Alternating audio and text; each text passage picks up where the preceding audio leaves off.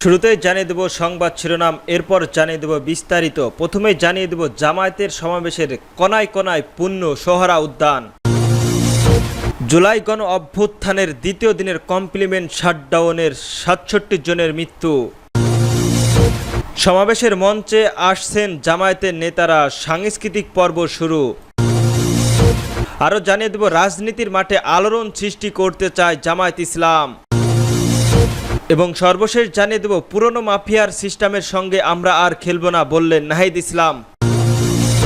জামাতের সমাবেশ কণায় কণায় পূর্ণ সোহরা উদ্যান। রাজধানীর ঐতিহাসিক সোহরা উদ্যানের বাংলাদেশ জামায়াতের ইসলামী জাতীয় সমাবেশে লাখো লাখো মানুষের ঢল নেমেছে। সমাবেশের শুরু ৬ ঘন্টা আগেই দলটির নেতাকর্মী সমর্থকদের উপস্থিতির প্রায় কণায় কণায় পরিপূর্ণ হয়ে গেছে সোহরা উদ্যান। এছাড়াও উদ্যানের বাইরেও অবস্থান করেছে জামাতের হাজার হাজার নেতাকর্মীরা। জুলাই গণহত্যার বিচার, লেভেল প্লেইং ফিল্ডিং নিশ্চিতকরণ করা এবং মৌলিক সংস্কার সহ ৭ দফা দাবিতে এই জাতীয় সমাবেশ আয়োজন করা হয়েছে। জামাত সমাবেশের অংশ নিতে সারা দেশের থেকে প্রায় ১০ লাখ নেতাকর্মী উপস্থিতের আশা করেছেন দলটির নেতারা। দেশের বিভিন্ন জেলা থেকে বাস, ট্রেন ও লঞ্চে করে আসা নেতাকর্মীদের রাজধানীর মিছিল নিয়ে সমাবেশ সঞ্চালনায় প্রবেশ করেছেন নেতাকর্মীদের অনেকেই হাতে দলে দলীয় পতাকা, দাড়িপাল্লা শোভা পাচ্ছে। দাড়িপাল্লা ও দলীয় মনোগ্রাফ সম্মিলিত টি শার্ট, পাঞ্জাবি পরে এসেছেন হাজারো নেতাকর্মী। শনিবার ১৯ জুলাই ফজরের পর থেকে সোহরা উদ্যান ঘুরে এসব চিত্র দেখানো হচ্ছে। এদিকে ঐতিহাসিক সোহরা উদ্যানের বাংলাদেশের জামায়াতের ইসলামী জাতীয় সমাবেশে সফল করতে দায়িত্ব পালন করছেন ২০,০০০-এর মতন স্বেচ্ছাসেবক। ভোর থেকে সমাবেশ স্থলের আশেপাশে কয়েক কিলোমিটার এলাকা জুড়ে বিভিন্ন স্পটে দায়িত্ব বুঝে নিচ্ছে স্বেচ্ছাসেবকরা। শনিবার ভোর থেকে হাইকোর্ট এলাকায়, মৎস্য ভবন, শাহবাগ এলাকায় বিভিন্ন স্পট ঘুরে এমন চিত্র দেখা গিয়েছে। স্বেচ্ছাসেবকরা সবাই একই ধরনের ড্রেস পরে বিভিন্ন স্পটে অবস্থান নিয়েছেন। তারা দেশের বিভিন্ন জেলা থেকে আগত নেতাকর্মীদের সহযোগিতা করেছেন। কোন অঞ্চলের মানুষের কোন গেট দিয়ে প্রবেশ করবেন তা বুঝিয়ে দিয়েছেন। মৎস্য ভবন স্পটের স্বেচ্ছাসেবক টিমের প্রধান মাসুদুর রহমান বলেছেন, সমাবেশের আগত নেতাকর্মীদের সহযোগিতা করাই আমাদের উদ্দেশ্য। রাজধানী জুড়ে আমাদের হাজার হাজার স্বেচ্ছাসেবকের দায়িত্ব পালন করেছেন। শুধু সোহরা উদ্যানের আশেপাশে দায়িত্ব পালন করছেন ৬,০০০ স্বেচ্ছাসেবক। এদিকে শনিবার ভোর থেকে বিভিন্ন জায়গা থেকে খন্ড খন্ড মিছিল নিয়ে সোহরা উদ্যান প্রবেশ করতে দেখা গেছে জামাতের নেতাকর্মীদের। দ্বিতীয় দিনের কমপ্লিমেন্ট শাটডাউন, ৬৭ জনের মৃত্যু। সারা দেশে দ্বিতীয় দিনের মতো কমপ্লিমেন্ট শাটডাউন কর্মসূচি পালিত হবে। রাজধানী ঢাকা সহ সারা দেশের অত্যন্ত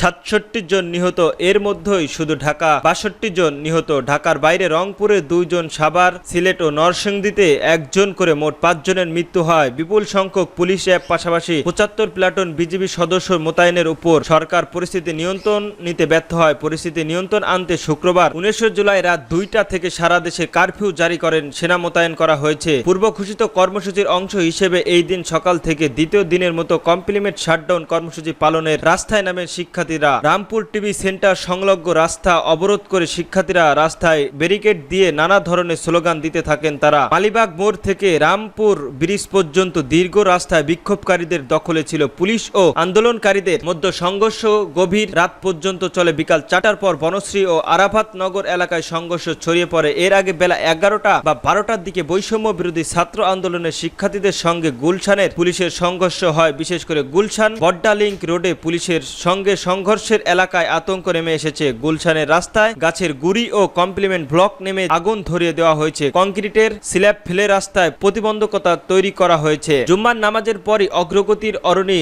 অবরোধ করেন শিক্ষার্থীরা। সেখানে কয়েকটি বেসরকারি বিশ্ববিদ্যালয়ের শিক্ষার্থীদের অবস্থান নেন। এ সময় কুড়িলোর চৌরাস্তার ব্যারিকেড দিয়ে যান চলাচল বন্ধ করে দেওয়া হয়। এক পর্যায়ে বিক্ষুব্ধ শিক্ষার্থীরা সঙ্গে ছাত্রলীগ, যুবলীগ ও আওয়ামী লীগের নেতাকর্মীদের পাল্টাপাল্টি ধাওয়ার ঘটনা ঘটে। কালাচাঁদপুর এলাকার আওয়ামী লীগ নেতাদের পাল্টাপাল্টি ধাওয়ার ঘটনা ঘটে। কালাচুদ এলাকায় লাঠিসোঁটা ও ধারালো অস্ত্র হাতে সরকার দলীয় রাজনৈতিক কর্মীদের ঘোরাফেরা করতে দেখা যায়। বিকাল ৫টার দিকে কুড়িলি এলাকায় র্যাবের হেলিকপ্টার থেকে টিয়ার গ্যাস, সেল ও সাউন্ড গ্রেনেড নিক্ষেপ করা হয়। এতে শিক্ষার্থীদের একটি অংশ আরো ক্ষুব্ধ হয়ে পড়ে। এরপরে প্রগতি সরিণ এলাকায় রাস্তায় সিল্টের ব্যারিকেড ভেঙে ফেলেন বিক্ষুব্ধরা। নতুন বাজার এলাকায় পুলিশের সঙ্গে আন্দোলনকারী শিক্ষার্থীদের সংঘর্ষের ঘটনা ঘটে। এতে পুলিশ ও বিক্ষোভকারীদের 10 জন আহত হন। দুপুরের পর রাজধানীর বিজয়নগর এলাকায় পুলিশের সঙ্গে ইসলামী যুব আন্দোলনের কর্মী ও দফায় দফায় সংঘর্ষ হয়। বাইতুল মোকাবেলের গুলিতে বেশ কিছু শিক্ষার্থীদের আটকে রাখা হয়েছে এমন খবরে বিক্ষুব্ধ হয়ে ওঠেন শিক্ষার্থীরা। ঘটনাব্যাপী সংঘর্ষের পর বেলা 3টার দিকে পরিস্থিতি নিয়ন্ত্রণে আসে।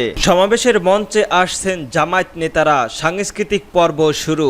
রাজধানী সোহরা উদ্যানের বাংলাদেশের জামায়াত ইসলামী জাতীয় সমাবেশের মঞ্চে আসা শুরু করেছে দলের শীর্ষ নেতারা। সকাল 9টার মঞ্চে পৌঁছে দলের সাংস্কৃতিক সেন্টারের জেনারেল অধ্যাপক গোলাম পরোয়ারা। এ সময় তিনি জামায়াতের আমির ডাক্তার শফিকুল রহমানের পক্ষ থেকে উপস্থিত নেতাকর্মীদের সালাম ও শুভেচ্ছা জানান। এই সমাবেশের শান্তিপূর্ণ সমাপ্তির জন্য সবার সহযোগিতা কামনা করেন। তিনি আরো জানান, দুপুর 2টা থেকে জাতীয় নেতারা বক্তব্য দেবেন। এদিকে সকাল 10টা থেকে সাংস্কৃতিক পর্ব শুরু হওয়ার কথা থাকলেও তার নির্ধারিত সময়ের 20 মিনিট আগেই সকাল 9টা 40 পবিত্র কোরআন তেলাওয়াতের মধ্য দিয়ে শুরু হয়। এই পর্ব পরিচালনা করেছেন সাইফুল্লাহ মনসুর। সমাবেশের ঘিরে প্রায় 6000 স্বেচ্ছাসেবক নিয়োজিত আছেন। এদিকে 7 দফা দাবিতে আদায়ের লক্ষ্যে রাজধানীর ঐতিহাসিক সোহরা উদ্যানে জামায়াতের জাতীয় সমাবেশের মানুষের ঢল নেমেছে। সমাবেশের শুরুর অনেক আগে থেকেই দলটির নেতাকর্মী ও সমর্থকদের উপস্থিতি প্রায় কোনায় কোনায় পরিপূর্ণ হয়ে গেছে সোহরা উদ্যান। এছাড়াও সোহরা উদ্যানের বাইরে হাজার হাজার জামায়াতের নেতাকর্মীদের অবস্থান। দেশের বিভিন্ন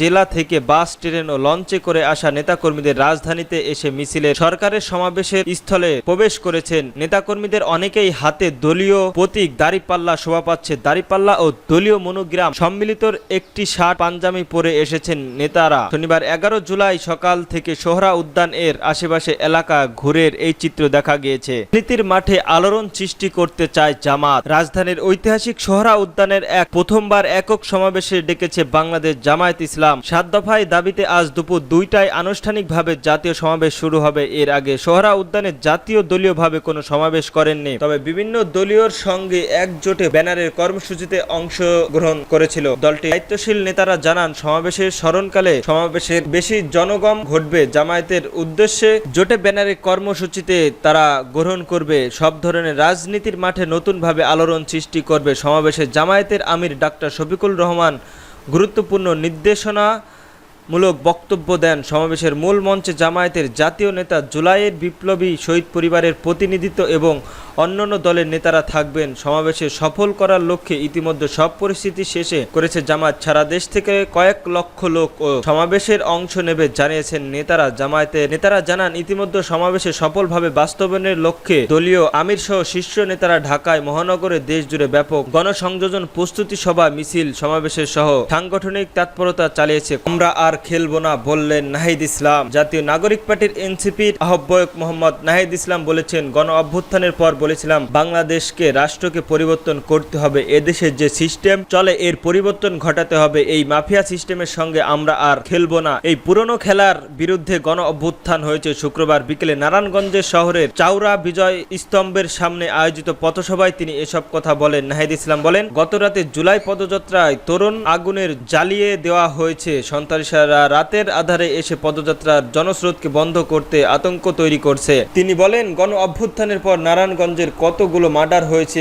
কেন নারায়ণগঞ্জের আইন শৃঙ্খলা এখনো ঠিক হচ্ছে না? আমরা সরকারের কাছে সেই জবাব চাই। আওয়ামী লীগের সেই মাফিয়া দখল বাসিত হচ্ছে, আওয়ামী লীগের ব্যবসাগুলো পুনর্বাসিত হচ্ছে। আমাদের জুলাইয়ের শহীদ পরিবারে আরো আহতদের ব্যবসা বা প্রতিষ্ঠানে গিয়ে এবং বাসায় গিয়ে হুমকি দেওয়া হচ্ছে। সেই শহীদ পরিবারের মামলা করেছে, সেই পরিবারগুলো নিরাপত্তাহীনতায় ভুগছে। নারায়ণগঞ্জের সন্ত্রাসের যে অভয় অরণ্য তৈরি করা হয়েছিল তা আমরা ভেঙে ফেলব।